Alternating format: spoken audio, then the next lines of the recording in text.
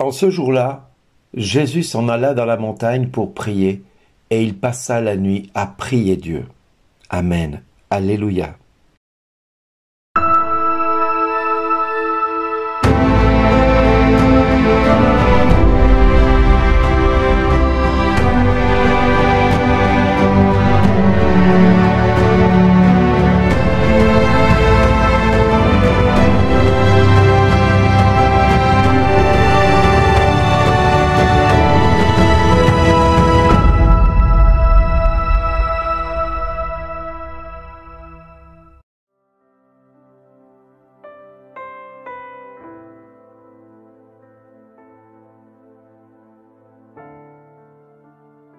Bonjour les amis, comment ne pas être surpris par cet évangile aujourd'hui? Cet évangile peut nous poser question, mais là où je voudrais attirer votre regard, c'est sur cette première phrase de l'évangile. En ces jours-là, Jésus s'en alla dans la montagne pour prier, et il y passa la nuit à prier Dieu.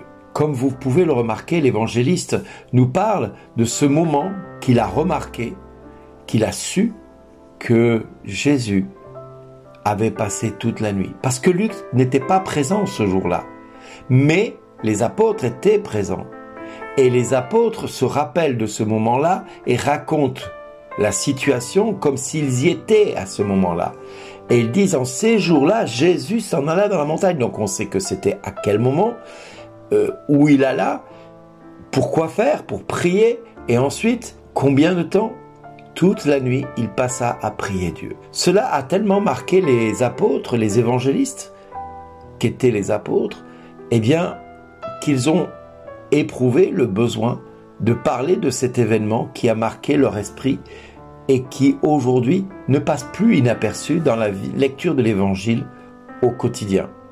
Tous ces passages où Jésus nous dit, il était là, il marcha de tel endroit à tel autre, il alla sur la barque et s'éloigna du rivage, où il alla encore de l'autre côté du rivage en marchant sur l'eau. Tous ces aspects-là peuvent passer inaperçus. Et pourtant, ils sont d'une importance capitale, parce qu'elles marquent le temps des apôtres. Les apôtres ont besoin de fixer le temps, de fixer les événements, de fixer les situations devant Dieu. Et la meilleure solution qu'ils aient, c'est de se rappeler des événements et des lieux où ça se situe et pourquoi, à quel moment Jésus a-t-il fait cela. Et dans le cas présent, nous voyons clairement que le choix des 12 apôtres est le résultat d'une décision de Jésus pour la vie future de l'Église qu'il va concevoir.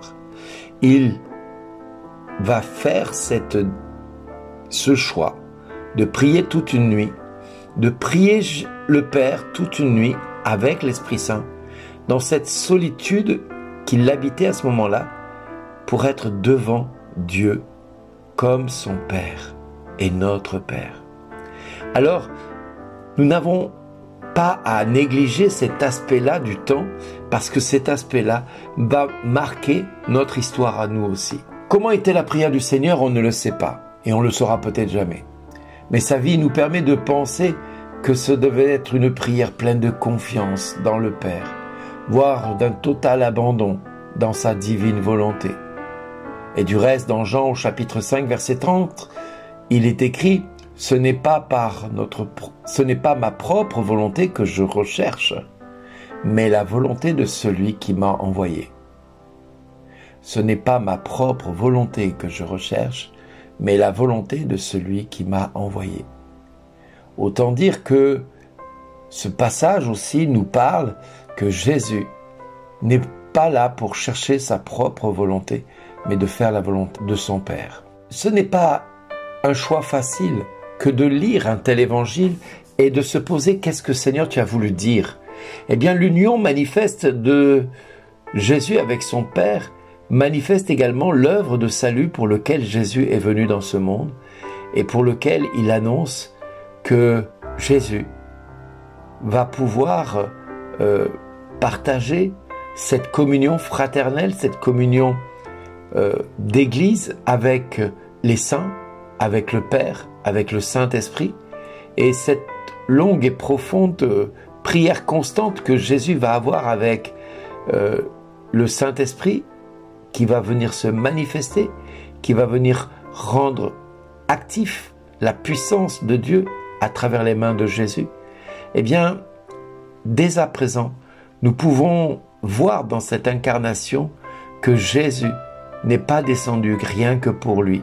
Il est descendu pour que lors de son baptême, il puisse d'abord recevoir la force et la lumière nécessaires à continuer sa mission, à passer ce temps dans le désert, et en même temps d'obtenir l'obéissance au Père en vue d'accomplir une œuvre salvatrice, une œuvre de salut envers les hommes.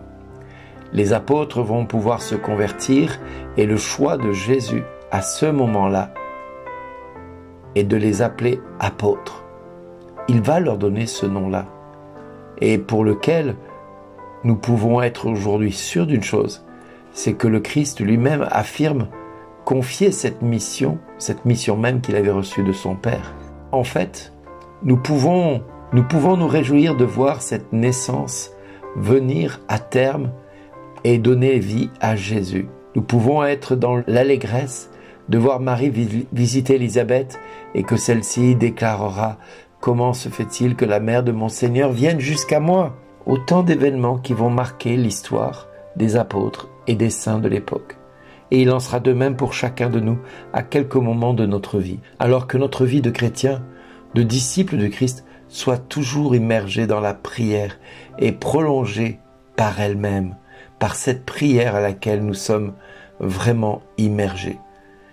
Mes amis, nous pouvons tourner notre regard et ne pas regarder devant et pas passer devant ce moment unique qui nous est proposé d'échanger cette semence, cette parole de Dieu reçue pour la transmettre à ceux qui nous entourent. Alors si le Christ lui-même affirme leur confier la mission même qu'il avait reçue du Père, imaginez le résultat des apôtres quand ils vont rentrer en mission. Ils vont accomplir les mêmes œuvres, les mêmes manifestations de la part de Dieu. Et le jour venu, il appellera chacun de ses disciples en choisissant 12, en leur donnant le nom d'apôtres. Alors, comment cela va-t-il se faire aujourd'hui au milieu de nous? Comment Dieu va-t-il nous appeler à le servir? Comment le Seigneur va-t-il se servir de cet appel pour manifester sa gloire et que le peuple de Dieu puisse dire Amen et entendre de la part de Dieu cette merveilleuse phrase, source de beaucoup de conversions. Merci d'exister.